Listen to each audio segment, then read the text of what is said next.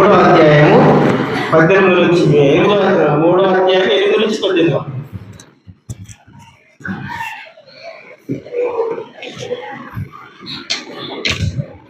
అపోస్తలుడైన పౌలు గారు పేతురుకు రాసినటువంటి 2వ పత్రిక 3వ అధ్యాయము 8 నుంచి 18 వచనం వరకు చదువుకున్నాం. ప్రియులారా, ఒక సంగతి మర్చిపోకుడి.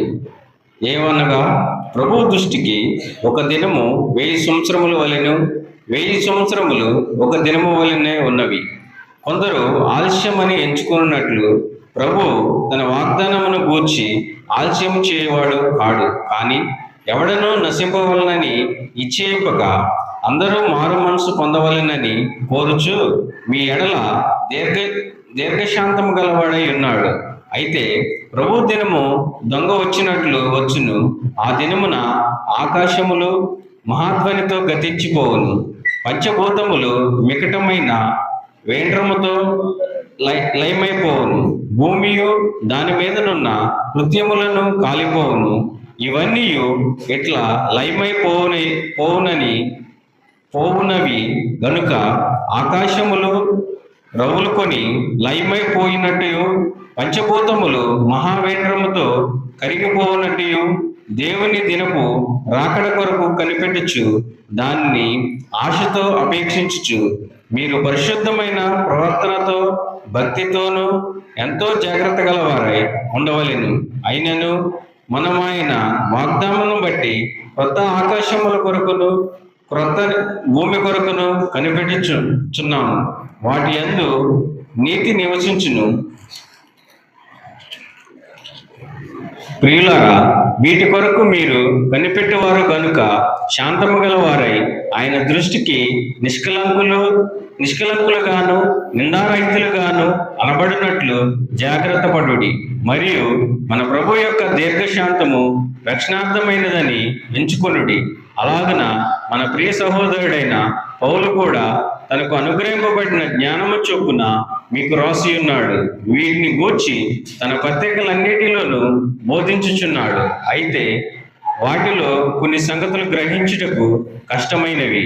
వీటిని విద్యాహీనులను, అస్థిరులైన వారును, తక్కిన లేఖనములను అపార్థము చేసినట్లు తన స్వకీయ నాశనమునకు అపార్థము చేయుదురు. ప్రియులారా, మీరు ఈ సంగతులను ముందుగా తెలుసుకుని ఉన్నారు కనుక మీరు నీతి విరోధుల తప్పు బోధల వలన తొలగింపబడి మీకు కలిగిన స్థిర మనస్సును విడిచి పడిపోకుండా కాచుకుని ఉండుడి.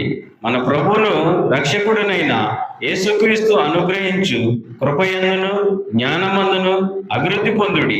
ఆయనకు ఇప్పుడును యుగదినము వరకు మహిమ కలుగును గాక. ఆమేన్.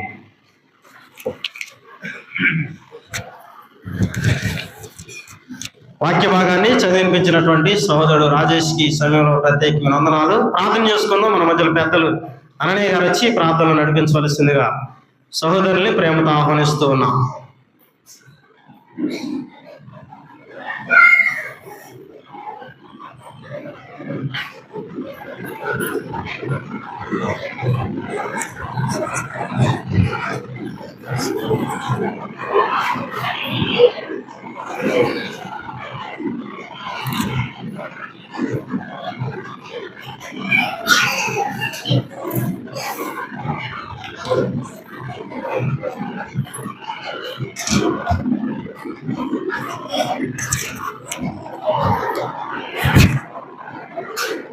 మీ అందరికీ వందనాలను. ప్రార్థన చేసుకుందాం. అందరి తరలి నుంచి ప్రార్థన. మమ్మల్ని ఎత్తుకలిగా ప్రేమించిన ప్రియ పరల తండ్రి, మీ పరిశుద్ధ నామని స్తోత్రాలయ కృపల మా తండ్రి.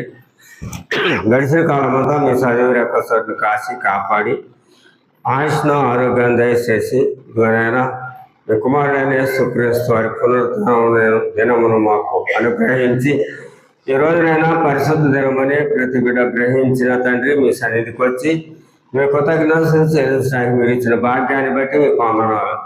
అయా దైవజనుల ప్రయాణాల్లో మీరు క్షేమాన్ని దయచేసినందుకు మీకు వందనాలు. బిడ్డలందరూ వచ్చిన తండ్రి మిమ్మల్ని ధ్యానించుకుంటుండగా నేను ప్రతి బిడ్డకి మంచి జ్ఞానాన్ని తెలివితేటలు ఇచ్చి నైనా మా పొంది నాయన మరి మీ అందు విశ్వాసంగా జీవించడానికి కావాల్సిన సహాయం చేయమని ప్రార్థన చేస్తున్నాను తండ్రి. నీ స్తోత్రాలు.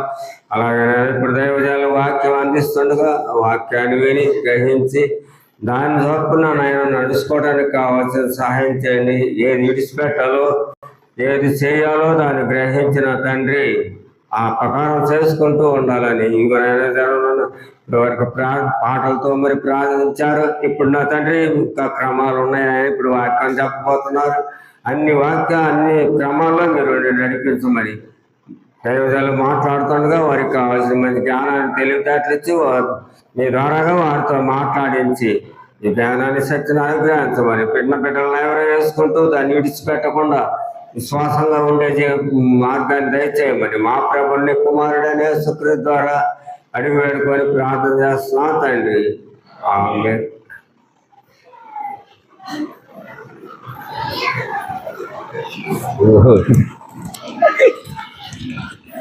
ప్రార్థనలో నడిపించినటువంటి సహోదరులు అననయ్య గారికి సమయంలో ప్రత్యేకమైన వందనాలు కూడా వచ్చిన మీ అందరికీ హృదయపూర్వక వందనాలు తెలియజేస్తూ ఉన్నాం. ఈ సమయంలో దైవజనులు వచ్చి దేవుని యొక్క వాక్యాన్ని మనకు బోధించవలసిందిగా సహోదరులు మ్యాథ్యూస్ గారిని ప్రేమతో ఆహ్వానిస్తూ ఉన్నాం.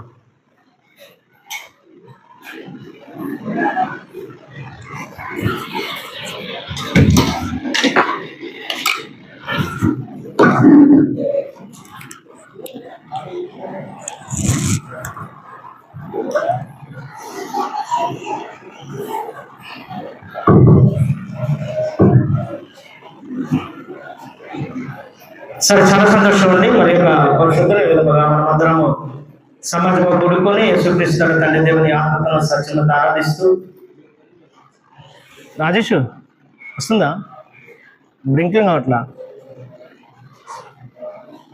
తండ్రి దేవుని యేసుక్రీస్తు తండ్రి దేవుని ఆరాధిస్తూ ఈ విధముగా మనమందరము మనసుతోనూ ఆత్మతోనూ పాటలు పాడి దేవుని మహిమపరచడం మనం నమ్ముతాం. చాలా సంతోషం అండి. సహోదరు పెద్దల అన్నయ్య గారు ప్రార్థనలో వాక్యం అనేటప్పుడు ఏది విడిచిపెట్టాలో, ఏది వాక్యానుసారముగా ఉండి అనుసరించాలో అనే విషయాన్ని పెద్దలు ప్రార్థన చేశారు. ఏది మనం విడిచిపెట్టాలి, ఏది సత్యాన్ని వాక్యానుసారముగా మనం అనుసరించాలి అనేది సహోదరు పెద్దల అన్నయ్య గారు ప్రార్థన చేస్తూ వారు మీకు తెలియపరిచారు. దేవునికి స్తుతులు స్తోత్రం కలుగుగాక. అదేవిధంగా చాలా మంది పెద్దలు, ఎప్పుడు రాని పెద్దలు కూడా మేము గృహదర్శనకి వెళ్ళి వస్తున్నారు. చాలా సంతోషం. వచ్చిన బిడ్డలందరూ కూడా కూడి వచ్చిన అందరూ కూడా మరొకసారి అందరికీ ప్రభుపేట వందనాలు తెలుపుతున్నాం. సరే, చాలా సంతోషం. మీకు నేను దేవుడు ఒక్కడే అనే విషయాల గురించి గత కొన్ని వారాల నుంచి చెప్తూ ఆ వాక్య భాగాలలో మర్మార్థం ఏమిటి, ఆ వాక్య భాగాలను ఏ విధముగా మనం అర్థం చేసుకోవాలి అనే ఆలోచన మనకి కలగాలని. ఎందుకంటే నిజమైన సంఘములో ఉన్నాము కాబట్టి, సత్యాన్ని మనం అనుసరిస్తున్నాము కాబట్టి, సత్య ప్రకారం నడుచుకుంటూ ఈ లోకములో వాక్యానుసారముగా మనం జీవిస్తామో లేదో మనం పరిశీలించుకుంటూ కొన్ని ఈ లోక సంబంధమైన పద్ధతులు మనం విడిచిపెట్టుకొని పరిపూర్ణమైన విశ్వాసంతో పరిపూర్ణంగా భయభక్తులు కలిగి యేసుక్రీస్తు ద్వారా తండ్రి దేవుని ఎదుర్కొంటూ ఆ యేసుక్రీస్తు ద్వారా దేవుడు ఇచ్చే ఆ రాజ్యాన్ని, ఆ పరలోకాన్ని పొందేటట్టుగా మన విశ్వాసం ఉండాలనేదే మన యొక్క ప్రయాస, మా యొక్క ఆలోచన, మా యొక్క వాక్య పరిచర్య. కాబట్టి చాలా జాగ్రత్తగా మీరు గ్రహిస్తున్నారు, వింటున్నారని నేను అనుకుంటున్నాను. చివరిగా దేవుడు ఒక్కడే అనే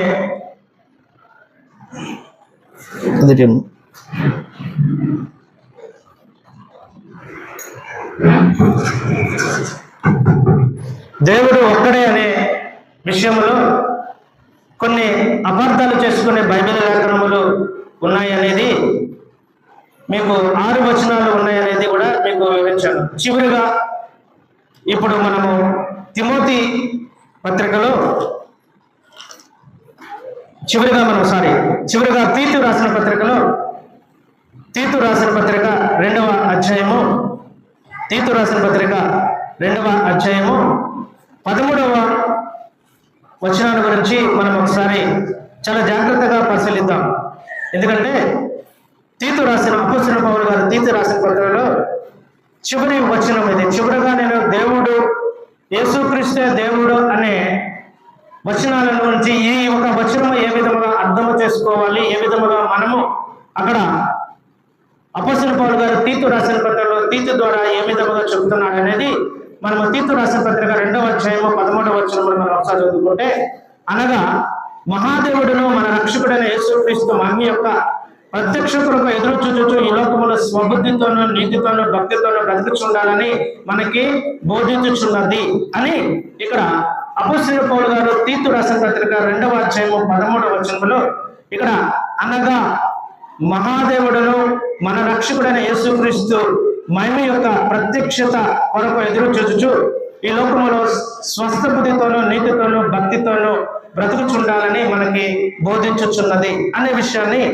అక్కడ మహాదేవుడు అంటే యేసుక్రీస్తే అని విషయాన్ని చాలా మంది ఆలోచన కలిగి అక్కడ మహాదేవుడు అంటే అది యేసుక్రీస్తు సంబంధించినదే, ఆయనే మన మహాదేవుడు, మన రక్షకుడైన యేసుక్రీస్తు అనేది మనం ఒకసారి అక్కడ ఆ పౌలు గారు పత్రిక రాసిన పౌలు గారు తీతు రాసిన పత్రికలో ఆ విషయాన్ని మనకి అక్కడ దేవుడు ఒక్కడే అనే విషయాన్ని మనకి జ్ఞాపకం చేస్తున్న ఆ పౌలు గారు మరలా ఇక్కడ మహాదేవుడు అనే యేసుక్రీస్తుని గురించి ఏ విధముగా చెబుతున్నాడు అనేది పరిశీలించుకోకుండా చాలా జాగ్రత్తగా అది యేసుక్రీస్తుడి గురించి అని చాలా మంది బోధ చేస్తూ ఉంటారు.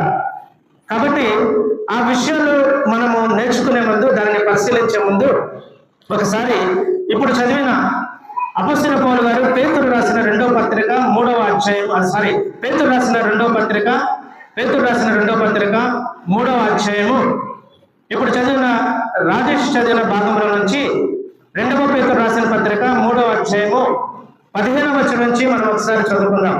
అక్కడ పేతురు గారు పౌలు గారి గురించి బోధన గురించి ఏమి చెప్తున్నాడు అనేది, అక్కడ పేతురు గారు పౌలు గారి యొక్క బోధనలు ఏ విధముగా ఉంటాయి అనేది, ఏ విధముగా మనము గ్రహించాలి అనేది అక్కడ పేతురు గారి ద్వారా పౌలు గారి యొక్క బోధనలు, పౌలు గారు చెప్పే యొక్క ఆ యొక్క విషయాలు ఏ విధంగా గ్రహించాలి, ఏ విధంగా గ్రహిస్తున్నారని చాలా స్పష్టంగా ముందుగానే కొన్ని శతాబ్దాల క్రితంగా పేతురు రాసిన పత్రికలో పౌలు గారి బోధనలు ఏ విధంగా ఉంటాయి అనేది చాలా స్పష్టంగా అక్కడ రాయబడింది. ఆ విషయాన్ని మనం ఒకసారి చదువుకుంటే 15వ వచనం నుంచి మనం ఒకసారి పరిశీలిస్తే, మరియు మన ప్రభు యొక్క దీర్ఘశాంతము రక్షణార్థమైనదని ఎంచుకొనడి, అలాగున మన ప్రియ సహోదరుడైన పౌలు కూడా తనకు అనుగ్రహింపడిన జ్ఞానం చొప్పున మీకు వ్రాసి ఉన్నాడు.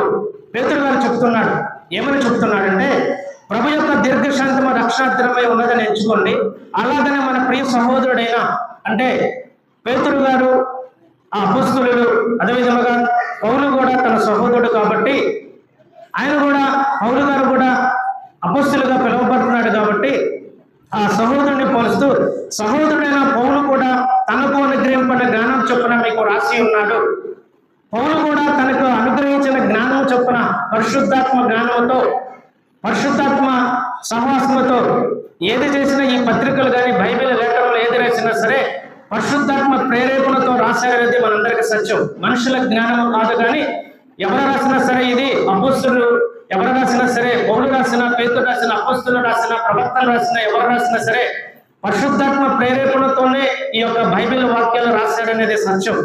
అటువంటి పరిశుద్ధాత్మ ప్రేరేపణతో పౌలు గారు చాలా స్పష్టమైన జ్ఞానంతో, ఆయనకు అనుగ్రహింపబడిన జ్ఞానంతో రాసి ఉన్నాడని చెబుతూ వీటిని గూర్చి తన పత్రికలన్నింటిలో బోధించుచున్నాడు.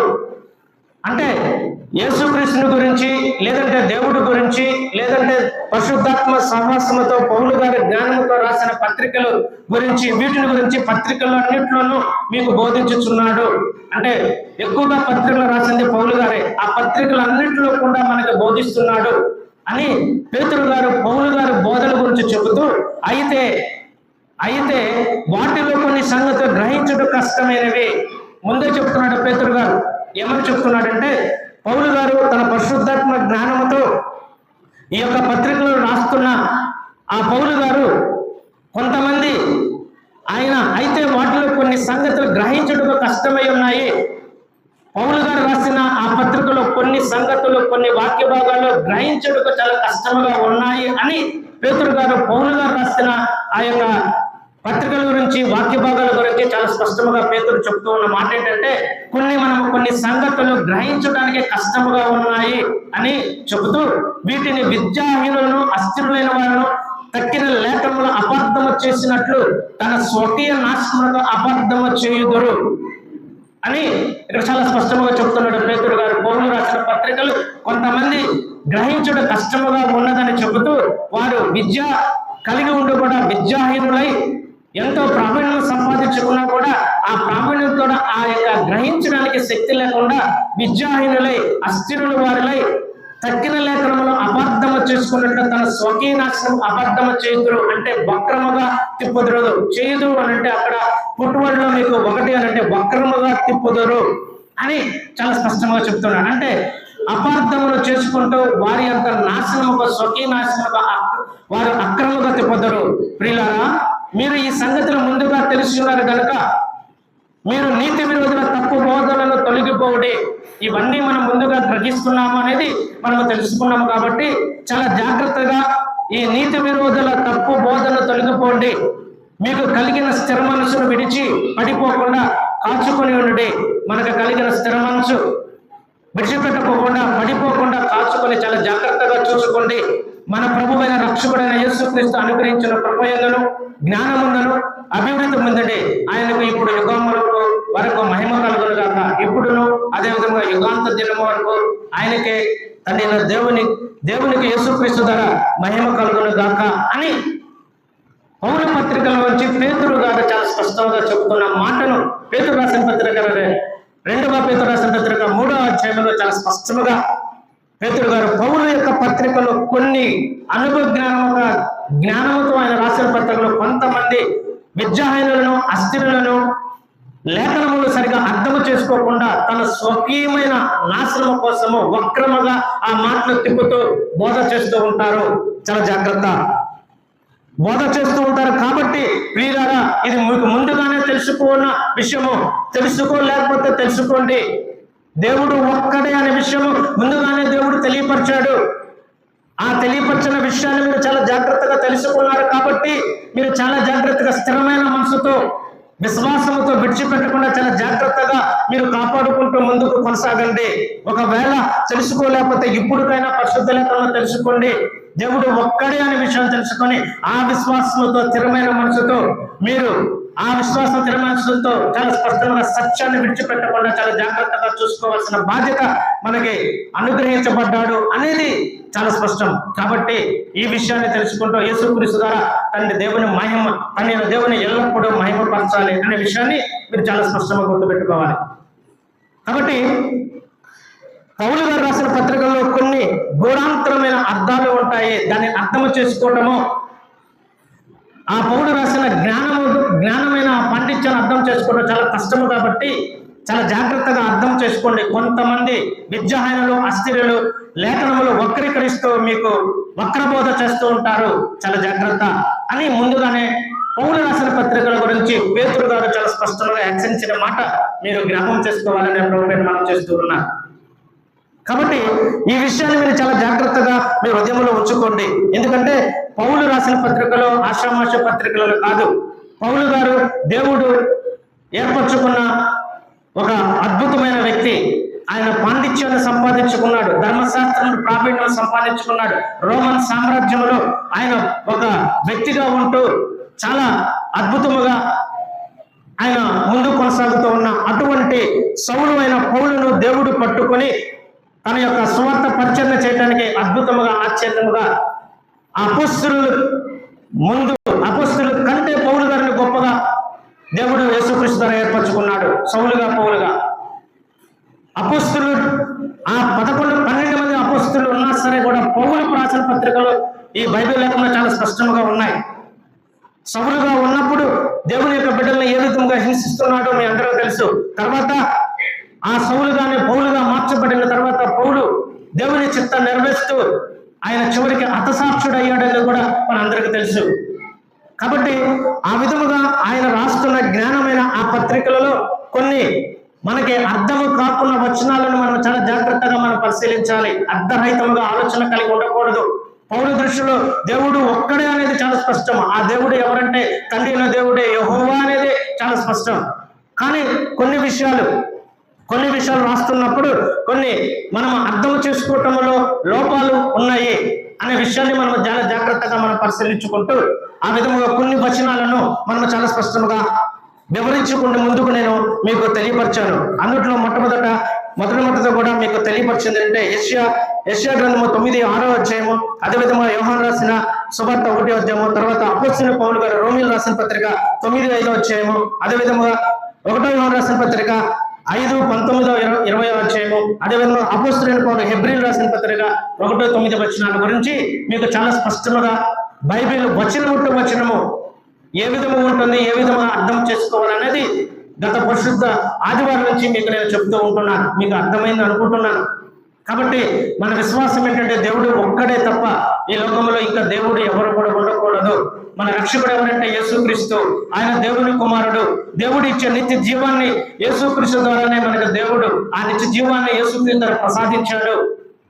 పరిశుద్ధాత్ముడు అనే ఒక వ్యక్తి ఇప్పుడు మనకు సహాయం చేస్తున్నాడు అనే విషయాన్ని చాలా స్పష్టంగా గుర్తుపెట్టుకోవాలి. మరలా ఇందాక చదివిన 5వ వచనంలో అదే 3వ అధ్యాయంలో అదే ఇందాక మనం చదువుకుందాం.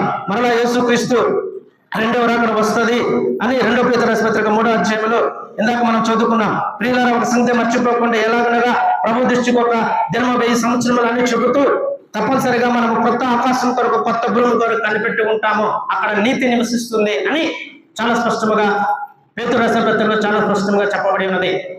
కాబట్టి ఈ విషయాలన్నీ మనం చాలా జాగ్రత్తగా మన హృదయంలో స్థిరపరచుకోవాలి. విశ్వాసాన్ని స్థిరపరచుకుంటూ దేవుడు ఒక్కడే అనే విశ్వాసాన్ని మీ హృదయంలో ఉంచుకుంటూ ముందు కొనసాగాలనేది నేను ప్రోపేట్ చేస్తూ ఉన్నాను. కాబట్టి ఈ రోజు ఇప్పుడు చదివిన తీతు రాసిన పత్రికలో నుంచి 2వ అధ్యాయము 13వ వచనం వివరణ చాలా జాగ్రత్తగా మనం పరిశీలిద్దాం. ఇక్కడ మహాదేవుడు మన రక్షకుడైన యేసుక్రీస్తు అని ఇక్కడ చాలా స్పష్టంగా తెలుపబడింది. అది పౌలు గారు చెప్తూ ఉన్న మాట తీతు పత్రికలో. కాబట్టి మనం ఒకసారి ఈ విషయాల గురించి మనం ఒకసారి ఆలోచించుకుంటే అసలు మహాదేవుడు అనేది ఎవరు? ఇక్కడ పౌలు గారు తీతు పత్రికలో మహాదేవుడు అని ఎవరి గురించి చెప్తున్నాడు అనేది మనం ఒకసారి చాలా జాగ్రత్తగా మనం పరిశీలించుకోవాలి. నేను చాలాసారి ప్రతి ఒక్క వాక్య పరిచయం చేసేటప్పుడు మీకు చాలా సందర్భం చెప్తున్నాను. బైబిల్ వాక్యాన్ని చాలా జాగ్రత్తగా, నెమ్మదిగా, నిదానముగా, చాలా జాగ్రత్తగా చదువుకోవాలి. కామాలు, పులి స్టాపులు చాలా జాగ్రత్తగా ఉంచుకుంటేనే అది మనకి వాక్యం అర్థమవుతుంది తప్ప ఏదో గబగబా మనం చదువుతుంటే ఆ వాక్యం అర్థమవుదు అనేది మనం చాలా జాగ్రత్తగా చదవాలనేది మీకు నేను గుర్తు చేస్తూ ఉంటాను. అదేవిధంగా సందర్భము, సమయము, ఏది చెప్తున్నాడో, ఎవరికి చెప్తున్నాడు అనేది కూడా మనం చాలా జాగ్రత్తగా పరిశీలించాలి అనేది కూడా మీకు నేను తెలియపరుస్తూ ఉన్నాను. కాబట్టి ఈ వచనాలను చదువుకునే ముందు ఒకసారి 11వ వచనం నుంచి మనం ఒకసారి చదువుకుంటే, ఒక వచనము అది అర్థమైపోతుంటే మనము పట్టుకున్న వచనము 13వ తీతు రాసిన పత్రిక 3వ అధ్యాయము 13వ వచనము చదువుతుంటే అది మనకు అర్థమైపోతే ఆ వచనము పై వచనం ఏమి చెప్తున్నాడు, కింద వచనం ఏమి చెప్తున్నాడు, లేదంటే ఆ తీతు రాసిన పత్రిక అసలుకి ఏ సారాంశంతో రాస్తున్నాడు అనేది మనం చాలా జాగ్రత్తగా పరిశీలించాలి. ఆ వచనాన్ని పట్టుకొని అదే అనుకుంటే మనము పొరపడుతున్నట్టే. కానీ ఆ వచనాన్ని మనం చదువుకున్నప్పుడు దాని పై వచనం ఏమన్నది, దాని కింద వచనం ఏమన్నది అనేది తెలుసుకోవాలి. చివరికి ఏంటంటే ఆ పత్రిక అసలుకి ఏ సందర్భంలో ఆయన రాస్తున్నాడు, ఏ విధంగా రాస్తున్నాడు అనేది కూడా చాలా జాగ్రత్తగా మనం పరిశీలించాలి. ఈ విధంగా చాలా జాగ్రత్తగా దేవుని వాక్యము ఆశామాషం కాదు. ఇది పౌలు రాసింది కాదు, పేతురు రాసింది కాదు. అసలు ఇది పరిశుద్ధాత్మ ప్రేరేపణతో రాయించబడి ఉన్నది. అంటే దేవుడే రాశాడు. ఈ విషయం ముందుగా చాలా జాగ్రత్తగా మనం ఆలోచించాలి. పౌలు యొక్క జ్ఞానంతో రాయలేదు, జ్ఞానంతో రాశాడని ఇక్కడ చెప్పబడుతున్నా పౌలు జ్ఞానంతో రాయలేదు, పేతురు జ్ఞానంతో రాయలేదు. అసలు బైబిల్ లేఖనములు ఈ 66 పుస్తకములు ఎవరితో రాస్తుంటే దేవుడు పరిశుద్ధాత్మ జ్ఞానంతోనే, పరిశుద్ధాత్మ ప్రేరేపణతో రాశాడని మొట్టమొదటిగా మనం గ్రహించాలి. ఇప్పుడు నేను చెబుతున్నా కూడా ఇది నేను నా సొంత తెలివితేటతో చెప్పట్లేదు. ఇక్కడ బైబిల్లో పరిశుద్ధాత్మ ప్రేరేపణతో ఏదైతే పౌలు గారు రాశారో ఆ మాటలే మీకు చెబుతున్నాను. పౌలు గారు, పేతురు గారు కూడా తన సొంత జ్ఞానంతో రాయలేదు. ఏ మనుషుడు తన ఇచ్చిన బట్టి దేవుని వాక్యం రాయడని చాలా స్పష్టంగా బైబిల్ లేఖనం చెబుతున్నది. పరిశుద్ధాత్మ ప్రేరేపణతో రాస్తున్నాడు కాబట్టి ఆ పరిశుద్ధాత్మ ప్రేరేపణలో దేవుడు నా తప్ప ఇంకొక దేవుడు ఉన్నాడని రాయిస్తాడా అనే ప్రశ్న మనకి చాలా స్పష్టంగా మనమంతరం మనం వేసుకోవాలి. చాలా మంది పౌలు పత్రికలు ఇలా చెప్పాడు కాబట్టి పౌలు చెప్పాడు అని అంటే అనుకుంటూ ఉంటారు. కానీ ఈ పౌలు రాసింది ఎవరు? పరిశుద్ధాత్మ ప్రేరేపణతో రాశాడు తప్ప పరిశుద్ధ ప్రేరేపణ లేకుండా రాయలేదు. అంటే దేవుడే రాయించాడు. దేవుడు అబద్ధం ఆడతాడా? నేను తప్ప వేరొక దేవుడు ఉండకూడదని దేవుడు చెప్పిన ఆ దేవుడు మరలా ఇంకొక దేవుడు ఉంటాడని ఎలా చెప్తాడు అనేది ఒకసారి చాలా జాగ్రత్తగా మనము ఆలోచన కలిగి, చాలా జాగ్రత్తగా విశ్వాసాన్ని స్థిరపరచుకుంటూ ఆలోచన కలిగి ఉండాలి. పరిశుద్ధాత్మ ప్రేరేపణతో రాసిన దేవుడు ఈ వాక్య భాగాన్ని మనం అందరం అనుకుంటున్నా ఆ ప్రేరేపణ రాసినది మరలా మహాదేవుడు అంటే యేసుక్రీస్తు అని దేవుడు పరిశుద్ధాత్మతో పౌలుకి ఏ విధంగా చెప్పి రాపిస్తాడు అనేది ఒకసారి మనము చాలా ప్రశ్న వేసుకోవాలి. ప్రశ్న వేసుకుంటేనే దాని సమాధానం వెంటనే మనకు దొరుకుతుంది. అలా ప్రశ్న వేసుకోలేకపోతే ఆ వాక్యాన్ని పట్టుకొని అదే క్రీస్తు అనుకుంటే, అక్షమును పట్టుకుంటే ఆ అక్షము చంపుదు తప్ప మనల్ని జీవింప చేయదు అనేది సత్యము. కాబట్టి 11వ వచనం నుంచి మనం ఒకసారి చదువుకుంటే, ఎలాగనగా సమస్త మనుషులకు రక్షణకర్త అయిన దేవుని కొరకు ప్రత్యక్షమై మనము భక్తిహీనతను యెహోవా సంబంధమైన దురాశను విసరించి శుభ్రద్ధమైన దీక్ష నిమిత్తము అనగా, పై వచనం కంటిన్యూషన్ చాలా జాగ్రత్తగా చదవండి. ఇక్కడ చాలా స్పష్టంగా మన భక్తిహీనతను యెహోవా సంబంధమైన దురాశను విసరించి సుభద్రమైన దీక్ష నిమిత్తము అనగా మహాదేవుడును. ఇక్కడ చాలా స్పష్టంగా మన దీక్ష నిమిత్తం అనగా మహాదేవుడును మన రక్షకుడైన యేసుక్రీస్తు మహిమ యొక్క ప్రత్యక్ష కోసం ఎదురు చూచు. ఇక్కడ మహాదేవుడు అని చెప్తున్నాడు. మన రక్షకుడైన యేసుక్రీస్తు యొక్క మహిమ ప్రత్యక్ష కొరకు ఎదురు చూస్తున్నామంటే దేవుని మహిమ కోసం ఎదురు చూస్తున్నాము. అదేవిధంగా యేసుక్రీస్తు యొక్క దేవుని కుమారుడైన యేసుక్రీస్తు యొక్క ఆ రక్షకుడైన యేసుక్రీస్తు మహిమ కోసం ఎదురు చూస్తున్నామని రెండు మహిమల గురించి చెప్తున్నాడు. చాలా జాగ్రత్తగా మనం చదువుకోవాలి. అక్కడ చాలా స్పష్టంగా పై వచనములు చదువుకుంటే మన భక్తిహీనతను యెహోవా సంబంధమైన దురాశను విసరించి సుభద్రమైన దీక్ష నిమిత్తము అనగా మహాదేవుడును మన రక్షకుడైన యేసుక్రీస్తు మహిమ యొక్క ప్రత్యక్షత కొరకు ఎదురు చూచు ఈ లోకంలో స్వస్థత బుద్ధితో నీతితోనూ భక్తితోనూ బ్రతికిచుండాలని మనకి బోధించుచున్నది. అంటే మరలా యేసుక్రీస్తు మహిమతో ప్రత్యక్షమవుతాడు. ఆ మహిమతో ప్రత్యక్షమైనది ఎవరి ద్వారా అంటే దేవుని మహిమతో ప్రత్యక్షమవుతాడు యేసుక్రీస్తు అనే విషయాన్ని అక్కడ చాలా జాగ్రత్తగా పౌలు గారు రాసిన అద్భుతమైన జ్ఞానమును అర్థం చేసుకోవటం చాలా కష్టము.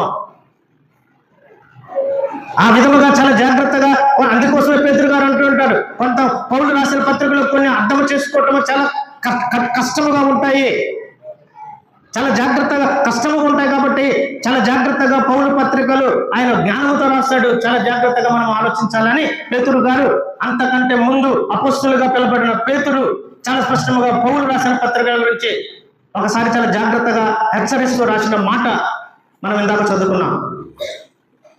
కాబట్టి ఇక్కడ రెండు మహిమలు, తండ్రి దేవుని మహిమ ఉంటుంది, రక్షకుడైన యేసుక్రీస్తు మహిమ ఉంటుంది, ప్రత్యక్షత కలుగుతుంది. యేసుక్రీస్తు మహిమ ప్రత్యక్ష మనం చూడాలంటే తండ్రి దేవుడు యేసుక్రీస్తు మహిమ ఇస్తేనే ప్రత్యక్షత మనం చూస్తాము. తండ్రి దేవుని మహిమ ఇవ్వకపోతే యేసుక్రీస్తుకి ఆ మహిమ మనం చూడలేము అనేది చాలా స్పష్టంగా మనం గుర్తుపెట్టుకోవాలి. కాబట్టి ఆ విషయాన్ని చాలా జాగ్రత్తగా, ఇక్కడ రెండు మహిమలు ఉన్నాయి అనేది చాలా స్పష్టం. ఆ రెండు మహిమలు, దేవునికి మహిమ ఉందా, యేసుక్రీస్తు మహిమ ఉందా అనేది ముందు వెళ్తే కొన్ని రెఫరెన్స్లు మీకు చూపిస్తాను. దాన్ని చూస్తే మీకు చాలా స్పష్టంగా అక్కడ దేవుని మహిమ ప్రత్యక్షపరచబడుతుందని అర్థమవుతుంది. యేసుక్రీస్తు యొక్క మహిమ ప్రత్యక్షపడతమవుతుంది. ఈ రెండు మహిమలు ప్రత్యక్షపడుతుంది కాబట్టి మనం ఈ లోకంలో స్వస్థత బ్రతితోనూ నీతితోనూ భక్తితోనూ బ్రతుకుచుండాలని మనకి బోధించుచున్నదే అని మనం చాలా స్పష్టంగా గుర్తుపెట్టుకుంటూ ఆ విధంగా మనం ఆలోచన కలిగి ఉండాలి. కాబట్టి అసలు ఆ మహాదేవుడు అంటే ఏంటో అనేది ఒకసారి మనము పరిశీలిస్తే, ఇక్కడ మహాదేవుడు అంటే ఎవరు? యేసుక్రీస్తునా, తండ్రి దేవుడా అనేది మనం ఒకసారి పరిశీలిస్తే దానియేలు గ్రంథము 2వ అధ్యాయము దానియేలు గ్రంథంలో చాలా స్పష్టంగా అక్కడ మనకి ముందుగానే దానియేలు ప్రవక్త ద్వారా మనకి అక్కడ వివరిస్తూ ఉంటారు. దానియేలు గ్రంథము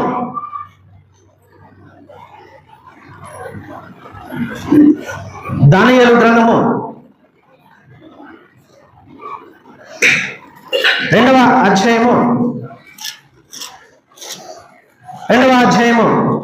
44వ వచనం మనం ఒకసారి చదువుకుంటే 44వ వచనం ఒకసారి అన్నది ఏమన్నా నేను తీస్తాను. చదువు. ఆ రాజుల కాలంలో పరలోకమున్న దేవుడు ఒక రాజ్యమును స్థాపించెను, దాని ఎన్నటికీ నాశనము కలగదు. ఆ రాజ్యము దాన్ని పొందిన వారికే గాని మరి ఎవరికి చెందదు. అది ముందు చెప్పిన రాజ్యములంటే పగలగొట్టి నిర్మూలన చేయను, గాని అది యుగములో పలుచును. చేతి సహాయం లేక పర్వతము నుండి తీయబడిన ఆ రాయి ఇనుమును, ఇత్తడిని, మట్టిని, వెండిని, బంగారమును పగలగొట్టి తమను చూచుతరే. ఇందువల్ల మహాదేవుడు ముందు జరగబో సంగతి రాజునకు తెలియజేస్తున్నాడు. కళ నిత్యము, దాని భావము నమ్మదగినది అని దానియేలుతో రాజు చెప్పాను. ఇక్కడ ఈ సందర్భాన్ని మనం చాలా జాగ్రత్తగా మనం పరిశీలించాలి. ఇక్కడ ఆ రాజుల కాలంలో పరలోకమున్న ఒక దేవుడు అని చాలా స్పష్టంగా చెప్తున్నాడు. దానియేలు రాసిన గ్రంథము 2వ అధ్యాయము 44వ వచనము 45వ వచనము చదువుతున్నా నేను. దానియేలు రాసిన గ్రంథము 2వ అధ్యాయము 44వ వచనం 45వ వచనం అని చదువుతున్నాను. పేజీ నెంబర్ 733వ పేజీ. కాబట్టి చాలా స్పష్టంగా ఆ రాజుల కాలంలో పరలోకమున్న దేవుడు అని చాలా స్పష్టంగా చెప్తున్నాడు. అంటే పరలోకములో ఒక దేవుడు ఉన్నాడు. ఆ రాజుల కాలంలో ఒక రాజ్యం స్థాపిస్తాడు. ఆ పరలోకములో ఉన్న దేవుడు ఒక రాజుల కాలంలో ఒక రాజ్యాన్ని స్థాపిస్తాడు. దాని ఎన్నటికీ నాశనము కలగదు.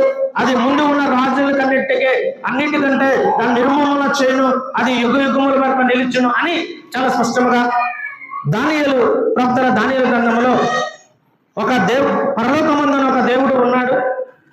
ఆ రాజుల కాలంలో ఒక రాజ్యాన్ని స్థాపిస్తాడు. దాని ఎన్నటికీ నాశనం జరగదు, అది యుగములో నిలుస్తుంది అని చాలా స్పష్టంగా చెప్తూ ఉన్నాడు. ఆ రాజుల కాలం ఏంటంటే బబులోను రాజ్యము, మాదిక సామ్రాజ్యక రాజ్యము, గ్రీకు రోమన్ సామ్రాజ్యము.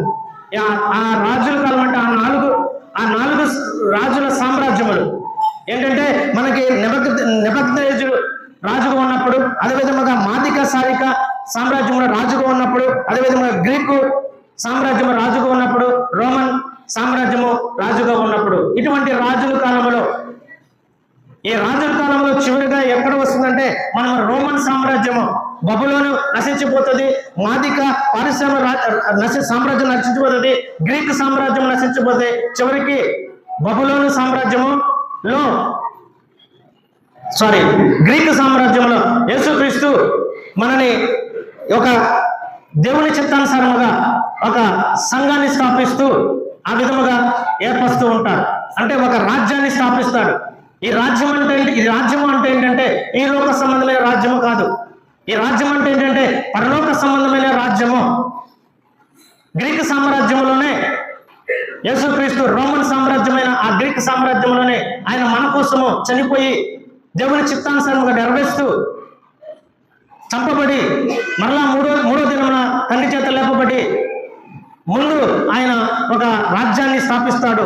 ఇది పరలోక సంబంధమైన రాజ్యము, ఈ లోక సంబంధమైన రాజ్యము కాదు. కాబట్టి దీని ఎన్నటికీ నాశనము కలగదు. ఇప్పుడు చాలా మంది కూడా ఈరోజు 40 దినములు ఉపవాసం ఉండి ఈరోజు మట్టల ఆదివారం అనుకును, లేదంటే ఈరోజు యేసుక్రీస్తు తన యొక్క శిలువ త్యాగానికి వెళ్లే ముందు రేపు గుడ్ ఫ్రైడే రోజు చనిపోతాడని సిద్ధపడుతున్న రోజు ఆదివారం నాడు అందరూ కూడా ఈరోజు మట్టలాదివారం అని చాలా మంది చేస్తూ ఉంటారు. కానీ ఇది ఎప్పుడు జరిగిందంటే ఎప్పుడో కొన్ని వేల సంవత్సరాల క్రితము ఆ రోమన్ సామ్రాజ్యంలో జరిగిపోయిన విషయాన్ని మరలా ఇప్పుడు గుర్తు చేసుకుంటూ ఉంటుంటారు. కానీ జరిగిపోయిన సందర్భాన్ని గుర్తు చేసుకోవటం వల్ల ఉపయోగం లేదు. ఎందుకంటే అది జరగాలన్నది కాబట్టి యేసుక్రీస్తు యొక్క చనిపోతాడు తిరిగి లేస్తాడని పాత నిబంధనలతో ప్రవచనాలు ఉన్నాయి కాబట్టి ఆ విధముగా ఆయన వస్తాడు అనేది చాలా స్పష్టంగా ఉంది. గాడిద ఎక్కి వస్తాడని ప్రవచనం ఉంది కాబట్టి ఆ ప్రవచనాలు నెరవేర్చాలనే ఉద్దేశంతో జరిగినాయి. కానీ మరలా ప్రవచనాలు నెరవేర్చిన తర్వాత మరలా ప్రవచనాలు నెరవేర్చబడతాయంటే నెరవేర్చబడదు. ఆల్రెడీ ప్రవచనం నెరవేర్చబడింది. యేసుక్రీస్తు గాడిదలు ఎక్కి వస్తాడు అని చాలా స్పష్టంగా బైబిల్ లేఖనంలో చెప్పబడి ఉన్నది. ఆ ప్రవచనాలు నెరవేర్చబడ్డాయి, కానీ ఇంకా నెరవేర్చబడలేదని చాలా మంది ఈరోజు చేస్తూ ఉంటారు. అందుకోసమే సహోదరులు చాలా స్పష్టంగా ప్రార్థన చేశారు. కొన్ని విడిచిపెట్టవలసినవి కొన్ని ఉన్నాయి, బైబిల్ లేఖనం ప్రకారం అనుసరించవలసినవి కొన్ని ఉన్నాయి. అనేది మనం చాలా స్పష్టంగా నేర్చుకోవాలి. కాబట్టి చాలా సంతోషం. ఈరోజు అటువంటి పద్ధతిని మనం పాటించకుండా మనం నిజమైన యేసుక్రీస్తును తన దేవుని ఆత్మతోనూ సత్యముతో ఆరాధిస్తున్నాం. కాబట్టి మనం నిజముగా దేవుని కుమారుల కుమార్తెలుగా సత్యాన్ని కొద్దో గొప్ప అనుసరిస్తున్న బిడ్డలుగా మనం ప్రయాసపడుతున్నాము. ప్రవచనములన్నిటి కూడా నెరవేర్చబడే యేసుక్రీస్తుతో ఇప్పుడు నెరవేర్చబడే ప్రవచనం దాని గురించి ఎవరు ఆలోచించట్లేదు. ప్రవచనం నెరవేర్చబడిన ప్రవచనాలు ఇంకా నెరవేర్చలేదని అజ్ఞానముగా అనాలోచితతో చేస్తూ ఆ ప్రవచనంలో నెరవేర్చబడిన ప్రవచనాలు ఇంకా నెరవేర్చలేదు అనుకుంటూ చేస్తూ ఉంటున్నారు. దానివల్ల ఎవరికి కూడా ఉపయోగం లేదు. ప్రవచనాలు నెరవేర్చబడ్డ యేసుక్రీస్తు ద్వారా మరలా ఇప్పుడు నెరవేర్చే ప్రవచనాలు ఏంటో ఒకసారి ఆలోచించాలి. అది ఎవరు కూడా జ్ఞానంతో ఆలోచించట్లేదు. ప్రవచనాలు ఇంకా యేసుక్రీస్తు చాలా స్పష్టంగా ప్రవచనది, నేను మరలా వస్తున్నాను, నేను త్వరగా వస్తున్నాను, మిమ్మల్ని నేను తీసుకెళ్ళడానికి వస్తున్నాను, కలవరపడకండి, ధైర్యంగా ఉండండి. తండ్రిని ఏ విధంగా అయితే ప్రేమించారో, తండ్రిని ఏ విధంగా అయితే గణపరుస్తున్నారు, నన్ను కూడా గణపరచండి, నన్ను కూడా యేసుక్రీస్తు నా ద్వారా తండ్రిని ఆరాధించండి అని ప్రవచనం ఉన్నది. యేసుక్రీస్తు తప్పనిసరిగా మళ్ళీ రెండో రాకడ వస్తాడు. అదే ఇందాక చదివాం పేతురు రాసిన రెండవ పత్రికల 3వ అధ్యాయంలో కొత్త ఆకాశము కొత్త భూమి మనకు ఒక యేసుక్రీస్తు దేవుడు ఇచ్చిన ప్రవచనం ఉంది. అది ఇంకా నెరవేర్చబడలేదు. దానికోసం ఎవరు కూడా ప్రయాసపడతలేదు. యేసుక్రీస్తు రెండో రాకడ వస్తాడు. ఎవరైతే యేసుక్రీస్తు విశ్వాసంతో స్వస్థతతో ఉంటారో, ఎవరైతే భక్తితో ఉంటారో వారు యేసుక్రీస్తు దేవుడు లేపుతారు. కొత్త ఆకాశము కొత్త భూమి ఇస్తాడు అనే ప్రవచనం ఇంకా నెరవేర్చబడలేదు. అది నెరవేర్చబడుతుంది, కానీ దాని గురించి కూడా ఎవరు ఆలోచించట్లేదు. కానీ నెరవేర్చబడిన ప్రవచనాలు ఇంకా నెరవేర్చబడలేదని అజ్ఞానముగా చేస్తూ దేవుని యొక్క చిత్తాన్ని నెరవేర్చకుండా అందరి విజ్ఞానహీనులై ఈ లోకములో దేవుని యొక్క మాటలను అపహరణ చేస్తూ ముందుకు కొనసాగుతూ ఉన్నారు. చాలా జాగ్రత్త. కాబట్టి ఇవన్నీ ప్రవచనాలు ఉన్నాయి.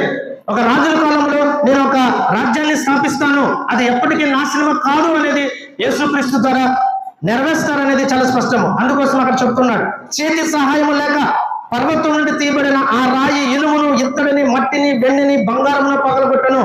ఇక్కడ ఇత్తడి అంటే ఒక సామ్రాజ్యము, వెండి అంటే ఒక సామ్రాజ్యము, మట్టి అంటే ఒక సామ్రాజ్యము, బంగారం అంటే ఒక సామ్రాజ్యము.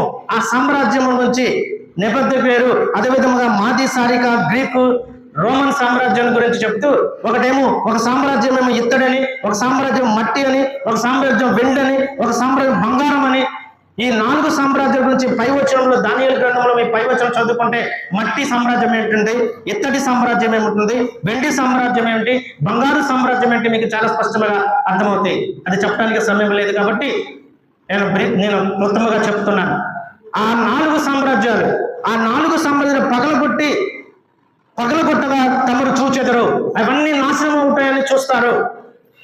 అన్ని నాశనం అయిపోయాయి, అన్ని నాశనం చూస్తారని చెప్పి చూచెదరు. ఇందువలన మహాదేవుడు ముందు జరగబో సంగతి రాజుకు తెలియజేసినాడు.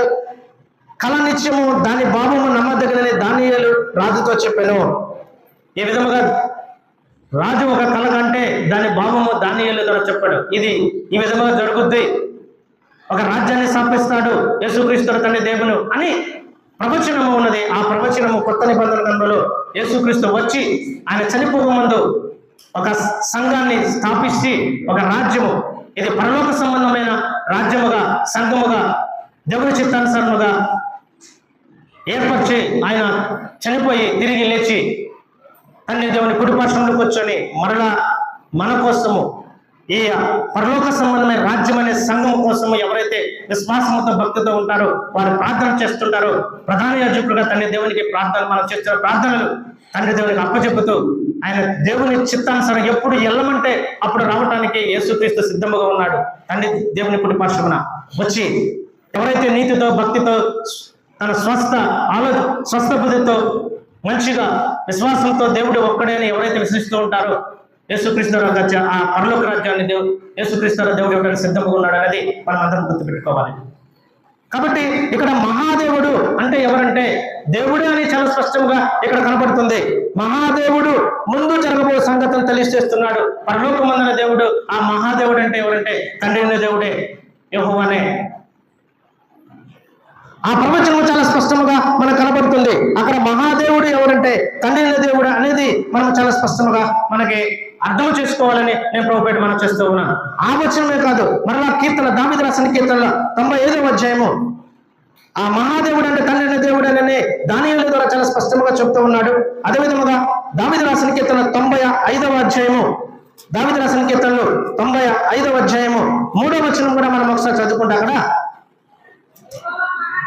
యెహోవా మహాదేవుడు దేవులందరికీ పైన మహాత్యము గల మహారాజు, భూమి గాధ స్థలములు ఆయన చేతుల్లో ఉన్నవి, పర్వత శిఖరములు ఆయనవే, సముద్రము ఆయనదే, ఆయన దాన్ని కలగజేసెను, ఆయన హస్తములు భూమి నిర్మించెను, ఆయనే మన దేవుడు, మనము ఆయన పాలించే ప్రజలము, ఆయన మేపు గొర్రెలము, రండి నమస్కారం చేసి సాగిల పడదము అని కీర్తనకారము 95వ అధ్యాయము 3 నుంచి 7 వచనము చదివితే మనకు అక్కడ చాలా స్పష్టంగా యెహోవాయే మహాదేవుడు, యెహోవాయే మహాదేవుడు, దేవతలందరికీ పైన మహాత్యము గల మహారాజు అని చెబుతూ భూమి ఆకాశ స్థలములు ఆయన చేతిలోనే, ఆయన చేతి పరమైన పరదశిఖములు ఆయనవే, భూమి సముద్రము ఆయనే కలగజేశాడు, చివరికి మనుషులను కూడా కలగజేసేవాడు కూడా ఆయనే, మనము ఆయన పాలించే ప్రజలము, ఆయన మేపు గొర్రెలము, మనము ఆయన ద్వారా సృష్టించబడి ఆయన ద్వారా జీవిస్తూ ఆయన ఇస్తేనే తింటూ బ్రతుకుతున్న గొర్రెలము అంటే మనుషులము అని చాలా స్పష్టంగా దావీదు రాసిన కీర్తనకారుడు ముందుగానే చాలా స్పష్టంగా బయలుపరిచాడు. మహాదేవుడు తండ్రి దేవుడే అని. ఇంకొక వచనం కూడా చూసుకుంటే ద్వితీయోపదేశకాండము 7వ అధ్యాయము, మహాదేవుడు అంటే ఎవరు అనేది మీకు అక్కడ నేను బయలుపరుస్తున్నాను. మహాదేవుడు అంటే యేసుక్రీస్తునా, మహాదేవుడు అంటే తండ్రి అయిన దేవుడు యెహోవానా, అక్కడ మనం ఏది అర్థం చేసుకొని అక్కడ మనము ఆ వాక్యాన్ని అర్థం చేసుకోవాలి. తీతు రాసిన పత్రికలో అనే విషయాన్ని మీకు చాలా చాలా జాగ్రత్తగా బైబిల్ వాక్యాలను మీకు వివరిస్తున్నాను. మహాదేవుడు అంటే ఎవరు, దేవుడా యేసుక్రీస్తునా, అక్కడ మనం ఏమి అర్థం చేసుకోవాలి. పౌలు గారు ఆ పత్రిక ఏ ఉద్దేశంగా రాశాడు, క్రీస్తుని ఉంచి ఉద్దేశం రాశాడా, తన తండ్రి అయిన దేవుడు మహాదేవుడి గురించి అక్కడ రాశాడా అనేది చాలా జాగ్రత్తగా మనం అర్థం చేసుకోవాలి. అర్థం చేసుకోవాలని ఈ వాక్య భాగాలను మీకు నేను వివరిస్తున్నాను. ఇంకా ద్వితీయోపదేశకాండము 7వ అధ్యాయము 7వ అధ్యాయము 21వ వచనం మనం చదువుకుంటే, 7వ అధ్యాయం 21వ వచనం మనం చదువుకుంటే, వారిని చూచి జడియవద్దు, నీ దేవుడైన యెహోవా మధ్యున్నాడు, ఆయనే భయంకరుడైన మహాదేవుడు, నీ దేవుడైన యెహోవా. ఇక్కడ చూసి అక్కడ చెబుతూ ఉన్నాడు. ద్వితీయోపదేశకాండములో మోషే ద్వారా చెప్తున్నాడు, మోషే ప్రవక్త ద్వారా చాలా స్పష్టంగా చెప్తున్నాడు. ఆయన చూసి నువ్వు జడవద్దు అంటే నువ్వు ఆ రాజును చూసి జడవద్దు. మోషే చెప్తున్నాడు, నేను నత్తివాడనే రాజు దగ్గరికి ఏ విధంగా మాట్లాడాలని చెప్తున్నప్పుడు ఆయన ఎవరిని చూసి నువ్వు జడవద్దు అని చెబుతూ ఆయన భయంకరుడైన ఆయన నీ దేవుడైన యెహోవానే, యెహోవా నీ మధ్యనున్నాడు, నీ దేవుడైన యెహోవా నీ మధ్య ఉన్నాడు, ఆయన భయంకరుడు మహాదేవుడు అని మోషేకి చాలా స్పష్టంగా చెప్తున్నాడు. నువ్వు భయపడద్దు, నీ దేవుడైన యెహోవా నేను భయంకరుడిని మహాదేవుడిని చాలా స్పష్టంగా మోషేకి చాలా స్పష్టంగా చెప్తున్నాడు. నీ దేవుడైన యెహోవా నేనే మహాదేవుడినని. అదేవిధంగా ఇంకొక అదే ద్వితీయోపదేశకాండము 10వ అధ్యాయము 17వ వచనం కూడా మనం ఒకసారి పరిశీలిస్తే,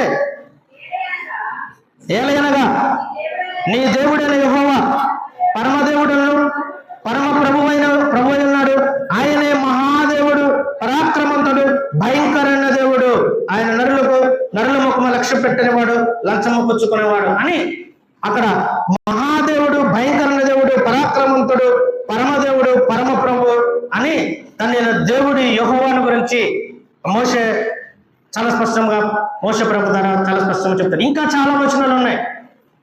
తన దేవుడు యెహోవానే మహాదేవుడు అని చాలా స్పష్టంగా ఈ వచనాలు స్పష్టంగా ఉన్నాయి కాబట్టి మీకు అర్థమవుతుందని ఈ కొన్ని వచనాలు మీకు నేను తెలియపరిచాను. కాబట్టి ఇక్కడ మహాదేవుడు ఎవరంటే ఎవరు? ఇక్కడ మహాదేవుడు ఎవరమ్మా? యెహోవానే మహాదేవుడు. ఇక్కడ పౌలు గారు ఆ మహాదేవుడు అంటే క్రీస్తుని గురించి చెప్పాడంటే క్రీస్తుని గురించి చెప్పలేదు. అక్కడ మహాదేవుడు ఎవరంటే యెహోవానే, తండ్రి దేవుడే అని అక్కడ మహాదేవుడు అని చాలా స్పష్టంగా చెప్పబడినది. కాబట్టి ఇక్కడ ఇప్పుడు 13వ వచనము మనం ఒకసారి పరిశీలిస్తే మహాదేవుడు ఎవరు అనేది మీకు చాలా స్పష్టంగా తెలియపరచాను. అసలు మహాదేవుడు అంటే అక్కడ తనైన దేవుడే యెహోవానే మహాదేవుడు అనేది చాలా స్పష్టంగా మీకు తెలియపరచాను. కాబట్టి ఇక్కడ మనం ఒకసారి ఆ 12వ వచనం నుంచి చదువుకుంటే మనము భక్తిహీనతను యెహోవాకు సంబంధమైన దురాశ విచ్చి సుభద్రమైన దీక్ష నిమిత్తము అనగా మహాదేవుడైన ఆ యెహోవా మన రక్షకుడైన యేసుక్రీస్తు మహిమ యొక్క ప్రత్యక్షుడు ఎదురు చూచుచు మనం ఈ లోకములో స్వస్థతతో నీతితో భక్తితో బ్రతుకుచుండాలని మనకి బోధించుచున్నది. అంటే ఇక్కడ చాలా స్పష్టంగా అర్థం చేసుకోవాలంటే 2 మహిమలు ప్రత్యక్షమవుతాయి. ఇక్కడ ఒక మహిమ గురించి చెప్పట్లేదు పౌలు గారు. ఇక్కడ దేవుని మహిమ ప్రత్యక్షమవుతుందని చెప్తున్నాడు, అదేవిధంగా క్రీస్తు యొక్క మహిమ ప్రత్యక్షమవుతుందని చెప్తున్నాడు. ఆ 2 మహిమలు ప్రత్యక్షమవుతే కొరకు ఎదురు చూచు ఈ లోకంలో మీరు చాలా స్పష్టంగా స్వస్థ బుద్ధితోనూ నీతితోనూ భక్తితోనూ బ్రతికిచుండవాలని మనకు బోధించుచున్నది. ఆ విధముగా మనం అర్థం చేసుకోవాలి. అక్కడ క్రీస్తు మహిమ కాదు, అది దేవుని మహిమతో క్రీస్తు మహిమ మనకి బయలుపరుస్తున్నది. అక్కడ 2 మహిమలను మనకి అక్కడ తెలియపరుస్తున్నాడు పౌలు గారు. ఒక్క మహిమ గురించి తెలియపరచట్లేదు. చాలా జాగ్రత్తగా మనం అర్థం చేసుకోవాలని ప్రభు పేరు మనం చేస్తూ ఉన్నాం. కాబట్టి ఆ మహిమలు ఏమిటో అనేది మనం ఒకసారి పరిశీలిద్దాం. ఆ మహిమలు ఏంటంటే ఇది దేవుని మహిమ ఉంది, అదేవిధంగా క్రీస్తు యొక్క మహిమ ఉన్నది. 2వ రాకడలో యేసుక్రీస్తు ప్రత్యక్షమైన దేవుని మహిమ వల్ల ప్రత్యక్షత అవుతాడు. యేసుక్రీస్తు ప్రత్యక్ష పరచాలంటే దేవుని మహిమతోనే యేసుక్రీస్తు ప్రత్యక్ష పడతాడు తప్ప యేసుక్రీస్తు అనంతట తనకు ప్రత్యక్షపరచబడడం అనేది చాలా స్పష్టము. యేసుక్రీస్తు లోకంలో దేవుడు ఇచ్చిన అధికారంతోనే ఏదైనా చేశాడు. రేపొద్దున యేసుక్రీస్తు మహిమ ప్రత్యక్షపరచబడాలంటే దేవుడు పంపిస్తేనే దేవుని మహిమతోనే యేసుక్రీస్తు ప్రత్యక్షపడతాడు తప్ప ఆయన వెళ్ళమంటే వెళ్తాడు తప్ప ఆయన సొంతంగా మహిమ ప్రత్యక్షపరచబడడం అనేది చాలా స్పష్టం. ఈ విషయాన్ని మీరు చాలా జాగ్రత్తగా ఆలోచన కలిగి ఉండాలి. కాబట్టి ఆ విషయాలు మనం చదువుకుంటే మత్తయి సువార్త 16వ అధ్యాయము యేసుక్రీస్తు చాలా స్వయంగా చెప్తూ ఉన్నాడు. మత్తయి సువార్త 16వ అధ్యాయము మత్తయి సువార్త 16వ అధ్యాయము 27వ వచనం మనం చదువుకుంటే మనుష్య కుమారుడు తన తండ్రి మహిమ గలవాడే తన దూతలతో కూడా రాబోచున్నాడు. యేసుక్రీస్తు చాలా స్పష్టంగా 2వ రాకడలో ఏ విధంగా రాబోతున్నాడు అనేది యేసుక్రీస్తు చాలా స్పష్టంగా తన సువార్త పరిచయలో తన సువార్తను బోధించేటప్పుడు చాలా స్పష్టంగా చెప్తూ ఉన్నాడు. ఏంటంటే మత్తయి సువార్త 16వ అధ్యాయము 27వ వచనం మనం ఒకసారి చదువుకుంటే మనుష్య కుమారుడు తన తండ్రి మహిమ గలవాడే తన దూతలతో కూడా రాబోచున్నాడు. అప్పుడు ఆయన యవన క్రియలు చొప్పున వారికి ఫలం ఇచ్చెను. మనుష్య కుమారుడు అంటే దేవుని కుమారుడు, మనుష్య కుమారుడు అంటే యేసుక్రీస్తే, దేవుని కుమారుడు అంటే యేసుక్రీస్తే. ఇంకా ఏదైనా చేయనా మనుషుడు అంటే యేసుక్రీస్తునే. ఇక్కడ చాలా స్పష్టంగా మనుష్య కుమారుడు తన తండ్రి మహిమ గలవాడే తండ్రి మహిమతోనే యేసుక్రీస్తు మనకు ప్రత్యక్షం అవుతాడు. తన దూతలతో కూడా రాబోతున్నాడు. అప్పుడు ఆయన యమన క్రియ చెప్పిన వారికి ఫలం ఇచ్చెను. ఇక్కడ నిలిచిన వాళ్ళ కొందరు మనుష్య కుమారుడు తన రాజ్యముతో చూచే వరకు మరణము రుచి చూడని మీరు నిశ్చయముగా చెప్పుచున్నానా అని చాలా స్పష్టమవుతుంది. అంటే దేవుని మహిమతోనే తన దూతలతోనే యేసుక్రీస్తు మహిమ ప్రత్యక్షపరచబడితే తప్ప ఆయన సొంత మహిమ ప్రత్యక్షతో రాడు అనేది స్పష్టం. కాబట్టి అక్కడ 2 మహిమలు ప్రత్యక్షపరచబడతాయి. యేసుక్రీస్తు మహిమ ప్రత్యక్షపరచబడిందంటే దేవుని మహిమ కూడా యేసుక్రీస్తు ద్వారా దేవుని మహిమ కూడా ప్రత్యక్షపరచబడుతుంది అనే విషయాన్ని మనం చాలా స్పష్టంగా గుర్తుపెట్టుకోవాలి. ఎందుకు చెప్తున్నంటే తన తండ్రి మహిమ గలబడే తన దూతలతో రాబోచున్నాడు అని చాలా స్పష్టంగా చెప్పబడిన వాక్యము. అది ఎవరో కాదు, యేసుక్రీస్తు. ఎవరు చెప్పండి? పరిశుద్ధాత్మ ప్రేరేపణతో రాశాడు తప్ప ఎవరో కూడా రాయించలేదు. ఈ బైబిల్ లేఖనములు అంతా పరిశుద్ధాత్మ ప్రేరేపణతోనే దేవుడు రాశాడు తప్ప మనుషులు ఇచ్చిన పెట్టి రాయలేదు. ఇది ముందుగా మనం గ్రహించాలి. ఒకవేళ అది అక్కడ మహాదేవుడు యేసుక్రీస్తు అంటే దేవుడు ఏ విధముగా యేసుక్రీస్తుని దేవుడుగా రాస్తాడు అనే ప్రశ్న మనము స్పష్టంగా మనం వేసుకోవాలి. జ్ఞానవంతుడు, వివేకవంతుడు, బైబిల్ సత్యాన్ని తెలుసుకునే బిడ్డలు చాలా జాగ్రత్త ఆలోచించాలి. అందుకోసమే పేతురు గారు పౌలు పత్రికలో అంటాడు, కొంతమంది విద్యాహీనులై వంకర బోధన చేస్తూ ఆ వాక్యాన్ని తప్పుతో పట్టిస్తూ విశ్వాసులను తప్పుతో పట్టిస్తూ నరకానికి తీసుకువెళ్తున్నాడు, జాగ్రత్త అని పేతురు గారు పౌలు రాసిన పత్రిక గురించి చాలా స్పష్టంగా హెచ్చరిస్తూ ఉన్నాడు. కాబట్టి అక్కడ తండ్రి అయిన దేవుని మహిమతోనే యేసుక్రీస్తు ప్రత్యక్షపడతాడు అనేది చాలా స్పష్టము. అదేవిధముగా మార్కు సువార్త 8వ అధ్యాయము 38వ వచనం కూడా మనం ఒకసారి పరిశీలిస్తే 8వ అధ్యాయము 38వ వచనం కూడా మనం ఒకసారి పరిశీలిస్తే, వ్యభిచారమును పానము చేయి ఈ తరము వారిలోను నన్ను గురించి నా మాటల గురించి సిగ్గుపడవాడెవడు, వాని గురించి మనిషి కుమారుడు తన తండ్రి మహిమ గలవాడై పరిశుద్ధులతో కూడా వచ్చునని సిగ్గుపడునని చెప్పాను. ఇక్కడ మనిషి కుమారుడు తన తండ్రి మహిమ గలవాడే పరిశుద్ధులతో కూడా వచ్చినప్పుడు చూచి సిగ్గుపడతానని చెప్పాను అని మత్తయి సువార్తలో దేవుడి మహిమతోనే, తండ్రి మహిమతోనే యేసుక్రీస్తు ప్రత్యక్షపడతాడు, మహిమపరుస్తాడని అక్కడ చెప్పాడు. అదేవిధంగా మార్కు సువార్తలో కూడా అదే విషయాన్ని చాలా స్పష్టంగా జ్ఞాపకం చేస్తున్నాడు. అదేవిధంగా ఇంకొక వచనం చూసుకుంటే లూకా సువార్త ఇంకా మీకు స్పష్టంగా ఇక్కడ అర్థమవుతుంది. 2 మహిమలు ఉన్నాయని చాలా స్పష్టంగా మనకు అర్థమవుతుంది. లూకా సువార్త 9వ అధ్యాయము 26వ వచనం మనం ఒకసారి చూసుకుంటే అక్కడ నన్ను గురించి నా మాటలను గురించి సిగ్గుపడవాడు వాని గురించి మనిషి కుమారుడు తనకును తన తండ్రికి పరిశుద్ధ దూతలు కలిగిన మహిమతో వచ్చినప్పుడు సిగ్గుపడను. ఇక్కడ చాలా స్పష్టంగా 2 మహిమలు ప్రత్యక్షపడతాయని చాలా స్పష్టంగా లూకా రాసిన సువార్తలో చాలా స్పష్టంగా తెలియబడుతుంది. ఇక్కడ చాలా స్పష్టంగా మనం చదువుకుంటే లూకా సువార్త 9వ అధ్యాయము 26వ వచనం చదువుకుంటే, నన్ను గుర్చి నా మాటల గుర్చి సిగ్గుపడేవాడెవడో వానిని గురించి మనిషి కుమారుడు అంటే యేసుక్రీస్తు తనకును తన తండ్రికి పరిశుద్ధ దూతలు కలిగిన మహిమతో వచ్చినప్పుడు సిగ్గుపడతాడు. ఇందాక మనం చదువుకున్నాం, మత్తయి సువార్తలో చదువుకున్నాము, మార్కు సువార్తలో చదువుకున్నాము. ఇక్కడ లూకా సువార్త చాలా స్పష్టంగా 2 మహిమలు ప్రత్యక్షపరచబడతాయని చాలా స్పష్టం ఇక్కడ ఉంది. తనకును తన తండ్రికి అని చాలా స్పష్టంగా చెప్తున్నాడు. ఇక్కడ 2 మహిమలు ప్రత్యక్షపడుతున్నాయి. ఎందుకంటే మనిషి కుమారుడు తనకును అంటే నాకును అంటే యేసుక్రీస్తు దేవుని కుమారుడుకును తన తండ్రికి అంటే యేసుక్రీస్తుకి తండ్రి ఉన్నాడు, ఆయన యెహోవా తన తండ్రికి పరిశుద్ధ దూతలు కలిగిన మహిమతో వచ్చినప్పుడు సిగ్గుపడతాడు. అక్కడ 2 మహిమల గురించి చెప్తున్నాడు. తండ్రి మహిమ గురించి చెప్తున్నాడు, కుమారుడు యొక్క మహిమ గురించి చెప్తున్నాడు. ఈ విషయాన్ని మనం చాలా జాగ్రత్తగా ఆలోచన కలిగి ఉండాలి. కాబట్టి ఈ 2 మహిమలు ఉన్నాయి కాబట్టి ఆ విధముగా రోమీయులు రాసిన ఆ విధముగా మనం చాలా స్పష్టంగా ఇంకొక వచనం కూడా మనం చదువుకుందాం. ఇది చదువుకునే ముందు అక్కడ మనం ఇందాక తీతు రాసిన పత్రికలో అక్కడ 2 మహిమలు, మహాదేవుడి మహిమ అంటే తండ్రి మహిమ, అదేవిధంగా యేసుక్రీస్తు మహిమ అంటే అది కుమారుడు యొక్క మహిమ. అక్కడ 2 మహిమలు ఉన్నాయి, అవి ప్రత్యక్షపడతాయి అనేది ఆ విధంగా అర్థం చేసుకోవాలి.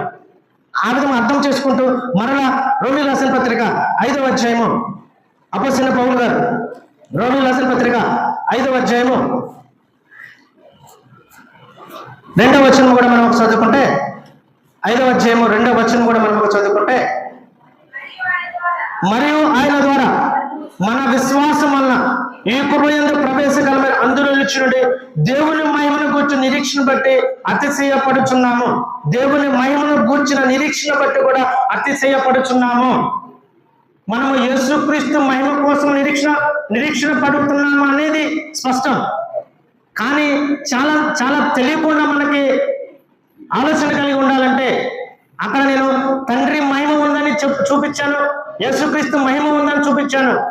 కాబట్టి యేసుక్రీస్తు మహిమ కోసం నిరీక్షణ కలిగి ఉంటాము అని మనం అందరం ఆలోచిస్తున్నాము. కానీ అపొస్తలుడైన పౌలు గారు రోమీయులు రాసిన సంగతి చాలా స్పష్టంగా చెప్తున్న మాట అంటే ఆయన ద్వారా మనకు విశ్వాసము ఈ కృపయందు ప్రవేశం కలబడి అందులో నిల్చుండి దేవుని మహిమను గూర్చి నిరీక్షణ బట్టి అతిశయపడుచున్నాము. అంటే దేవుని మహిమ కూడా ఉన్నది, దేవుని మహిమ కూడా వస్తుంది. ఆ నిరీక్షణ కూడా ఉండడాన్ని బట్టి దాన్ని బట్టి నేను అతిశయపడుతున్నానని అపొస్తలుడైన పౌలు రోమీయుల సంఘానికి చాలా స్పష్టంగా చెప్తూ ఉన్నాడు. అంటే దేవుని మహిమ కూడా ప్రత్యక్షపరచడం నిరీక్షణ అనేది విశ్వాసమైన మనకు కావాలి. దేవుని మహిమ కూడా ప్రత్యక్షపరచబడుతుంది నిరీక్షణ. ఏదైతే క్రీస్తు మహిమ ప్రత్యక్షపరచబడుతుందో అప్పుడు దానితో పాటు దేవుని మహిమ కూడా క్రీస్తులో మనకి ప్రత్యక్షపరచబడుతుంది. అందుకోసం యేసుక్రీస్తు అంటాడు, నన్ను చూసినా దేవుని చూసినట్టే, నేను ఏది చేసినా దేవుడి చిత్తానుసారంగా చేస్తూనే, నేను దేవుడు పంపితేనే వచ్చాను దేవుడు చేయమంటేనే చేస్తున్నాను, ఏది చేసినా దేవుని యొక్క శక్తితోనే, దేవుడు చేస్తేనే చేస్తున్నాను అని చాలా సందర్భంలో చెప్తూ ఉన్నాడు. యేసుక్రీస్తు ఈ లోకంలో సువార్త పరిచయం చేసేటప్పుడు లాజరుని చనిపోయి తిరిగి లేపినా సరే దేవుని యొక్క మహిమతోనూ దేవుని యొక్క శక్తితోనూ యేసుక్రీస్తు లేపాడు. దేవుడు యేసుక్రీస్తు ద్వారా తన యొక్క శక్తిని, తన యొక్క బలాన్ని, తన యొక్క గొప్పతనాన్ని క్రీస్తు ద్వారా బయలుపరిచాడు. ఒక సాధనముగా యేసుక్రీస్తుని దేవుని కుమారుడిగా ఏర్పరచుకున్నాడు. పాత నిబంధన గ్రంథములు అంతే, దేవుడు ఎవరితోనూ కూడా స్పష్టంగా ప్రవక్తలు ఏర్పరచుకున్నాడు, అదేవిధముగా పితరులను ఏర్పరచుకున్నాడు. అందరినీ కొంతమందిని ఏర్పరచుకొని వారితోనే చేస్తూ ఉంటాడు దేవుని యొక్క మహిమ శక్తిని.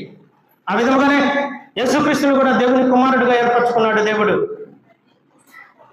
కాబట్టి చాలా జాగ్రత్తగా మనం ఆలోచించుకోవాలి. అక్కడ మహాదేవుడు అంటే తండ్రి అయిన దేవుడే తప్ప అది యేసుక్రీస్తు కాదు అనే విషయాన్ని మనం చాలా జాగ్రత్తగా మనం ఆలోచించగలగాలని, ఆ విధముగా అక్కడ తండ్రి అయిన దేవుడి మహిమ, యేసుక్రీస్తు యొక్క మహిమ మనం ప్రత్యక్షపరచబడుతుంది. ఆ నిరీక్షణ కలిగి ఉండాలి. ఆ విధముగా స్వస్థత విధితో, భక్తితో, విశ్వాసంతో మనము ముందుకు కొనసాగాలి అనేది మనం అక్కడ నేర్చుకోవాలని నేను ప్రభుత్వం మనం చేస్తూ ఉన్నాను. కాబట్టి ఈ విషయాన్ని ఇందాక చదివిన పేతురు రాసిన పత్రికలో పేతురు గారు పౌలు పత్రికలు ఏ విధంగా జ్ఞానంతో రాశాడు, కొంతమంది ఏ విధముగా వక్ర బుద్ధితోనూ అజ్ఞానముగా ఆలోచిస్తూ వారు విద్యాహీనులై రాస్తున్న మాటలను విశ్వాసులని తన యొక్క సత్యాన్ని గ్రహించకుండా అసత్యములకు వెళ్ళేటట్టుగా చేస్తున్నారు అనేది మనం చాలా స్పష్టంగా గుర్తుపెట్టుకోవాలి.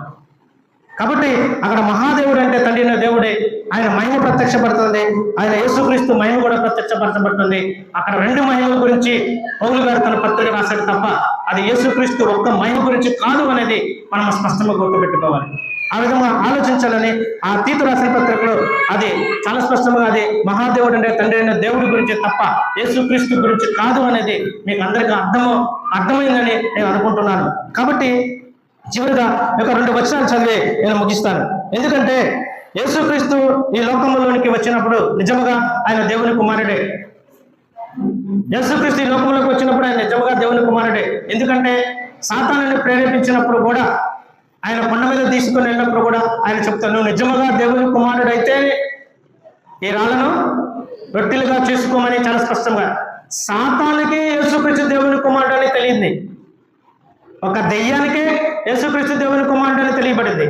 కానీ ఈ లోకంలో పండితులు, బైబిల్ లేఖను చదువుకునే స్కాలర్స్ బైబిల్ని ఏ విధంగా చదువుతున్న అర్థం చేసుకుంటానని అర్ధరహితంగా ఆలోచించేవాడు యేసుక్రీస్తు దేవుని కుమారుడు అని తెలియకుండా యేసుక్రీస్తు దేవుడు అనేది చాలా స్పష్టంగా అనుకుంటూ ఉంటున్నారు.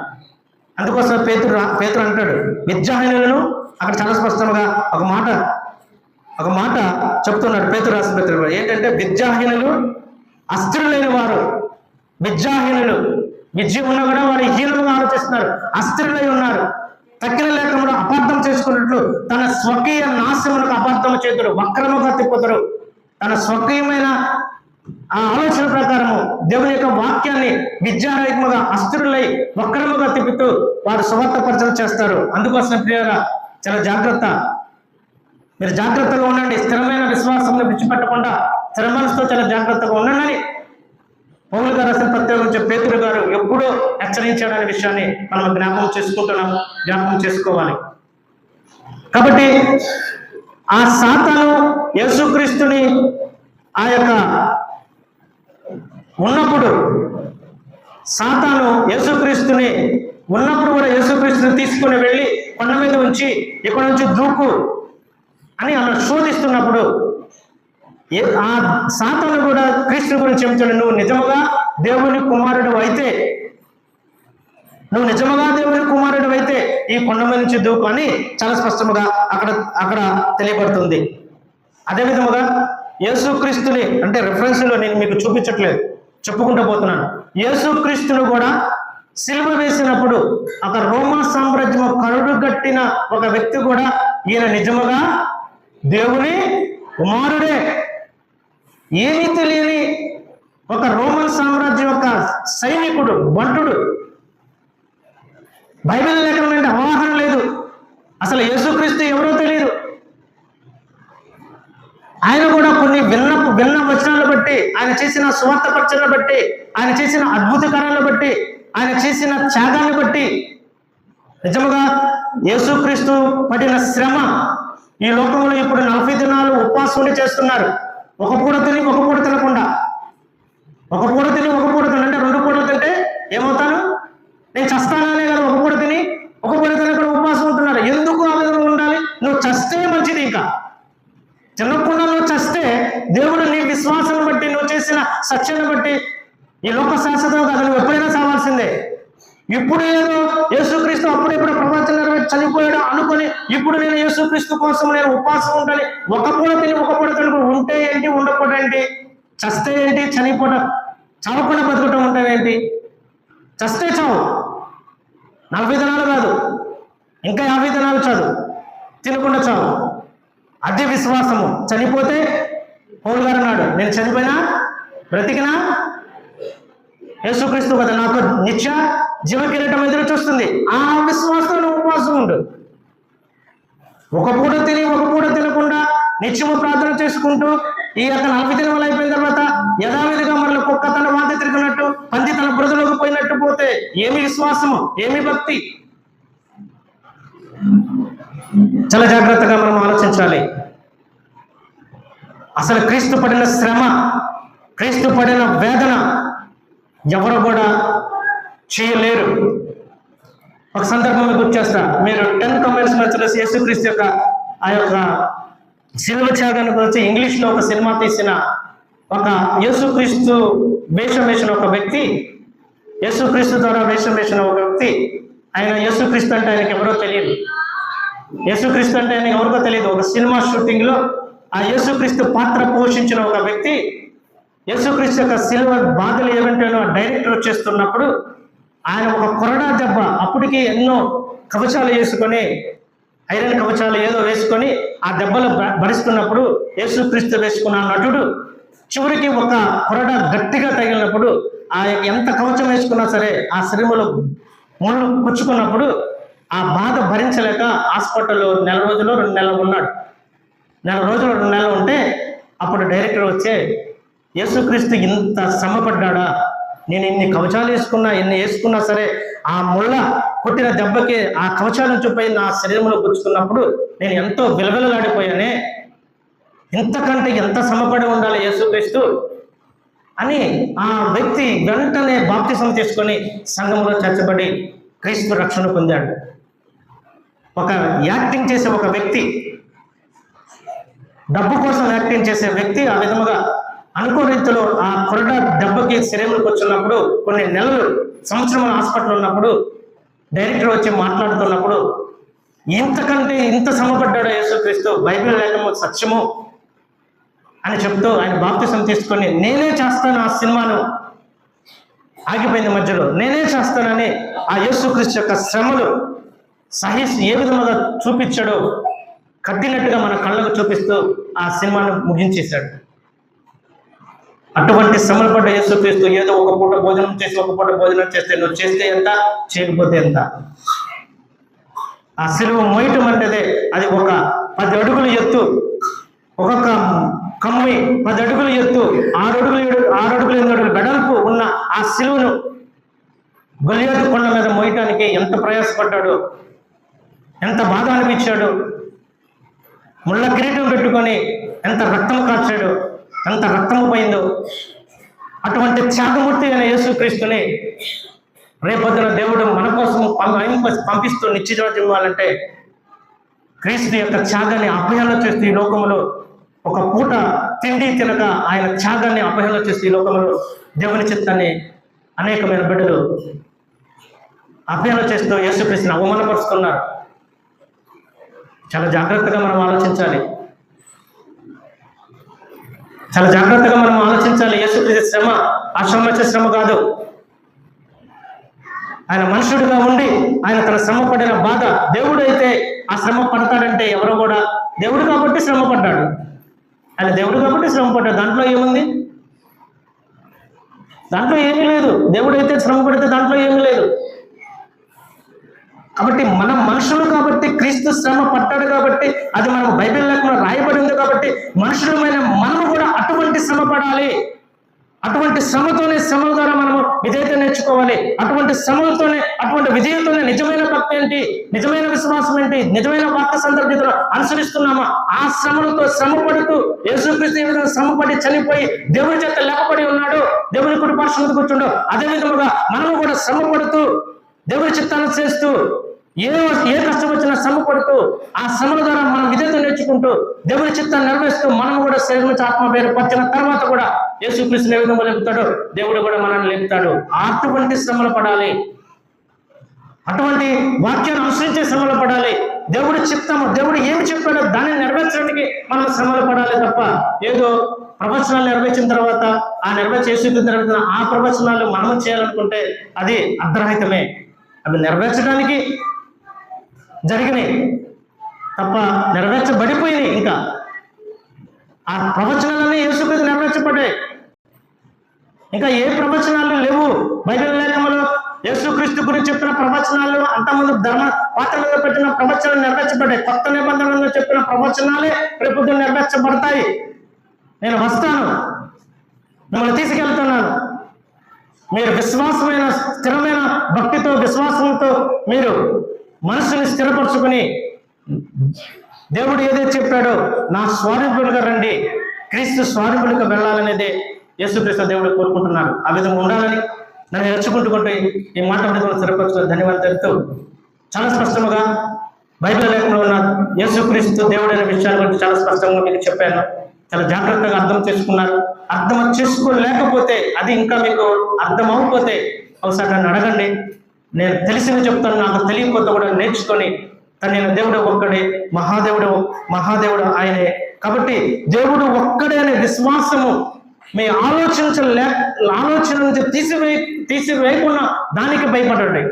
దేవుడు ఒక్కడే అనే విశ్వాసము మీ హృదయంలో తీసివేయకుండా ఉండటానికి దానికి భయపడండి.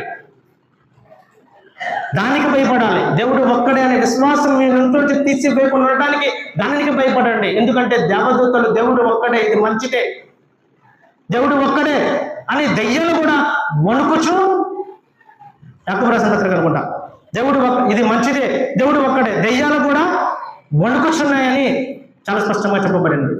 అంటే దెయ్యాల కంటే మనం ఎంత గొప్పవాళ్ళమా అనేది ఒకసారి ఆలోచించుకోవాలి. అందరికీ వందనాలు.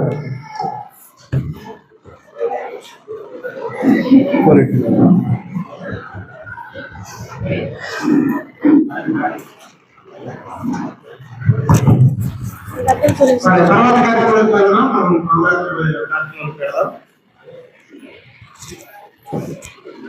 దేవుని యొక్క వాక్యాన్ని చదువుకుందాం. అపోస్తలుడైన పౌలు కొరింథీయులకు రాసినటువంటి మొదటి పత్రిక 11వ అధ్యాయం 23 నుంచి కొన్ని వచనాలు చదువుకొని ప్రభు యొక్క శరీరం కోసం మనం ప్రార్థన చేసుకుందాం.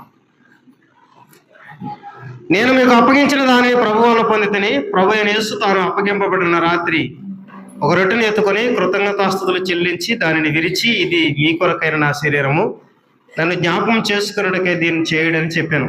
ఆ ప్రకారమే భోజనం అని పిమ్మట ఆయన పాత్రను ఎత్తుకొని, ఈ పాత్ర నా రక్తం వలన క్రొత్త నిబంధన, మీరు దీనిలోని త్రాగునప్పుడల్లా నన్ను జ్ఞాపకం చేసుకున్నట్టుకై దీనిని చేయడని చెప్పాను.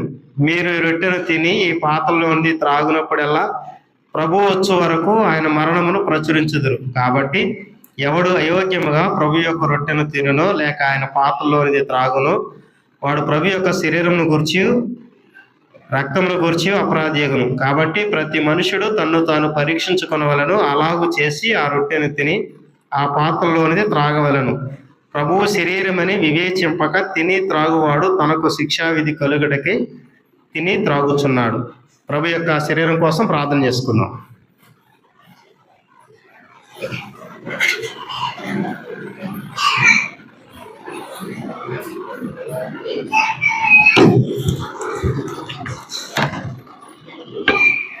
ప్రార్థన.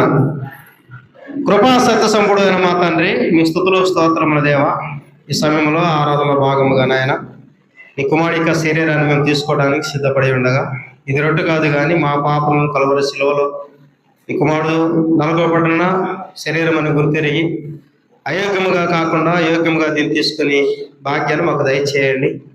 ఇంకెందరైతే ఇటువంటి సహవాసానికి దూరంగా ఉన్నారో వారు కూడా బాప్తిస్మం ద్వారా ఇటువంటి సహవాసం కలిగి మీరు అనుగ్రహించే నిత్య జీవానికి వారసులుగా ఉండటానికి కావలసినటువంటి అవకాశాన్ని వారికి మంచి మారు మనసులో దయచేయండి తండ్రి. ఈ సమయంలో తీసుకునేటువంటి మేమందరం కూడా మా యొక్క హృదయ పరిశీలన చేసుకొని యథార్థమైన పరిశుద్ధమైన పవిత్రమైన హృదయంతో మేము దీన్ని తీసుకొని మీరు అనుగ్రహించేటువంటి పరలోక రాజ్యానికి వారసులుగా ఉండే భాగ్యాన్ని మీరు దయచేయమని మా రక్షకుడైన యేసుక్రీస్తు నామమున ప్రార్థన అడిగి వేడుకొంచున్నాము తండ్రి. ఆమేన్.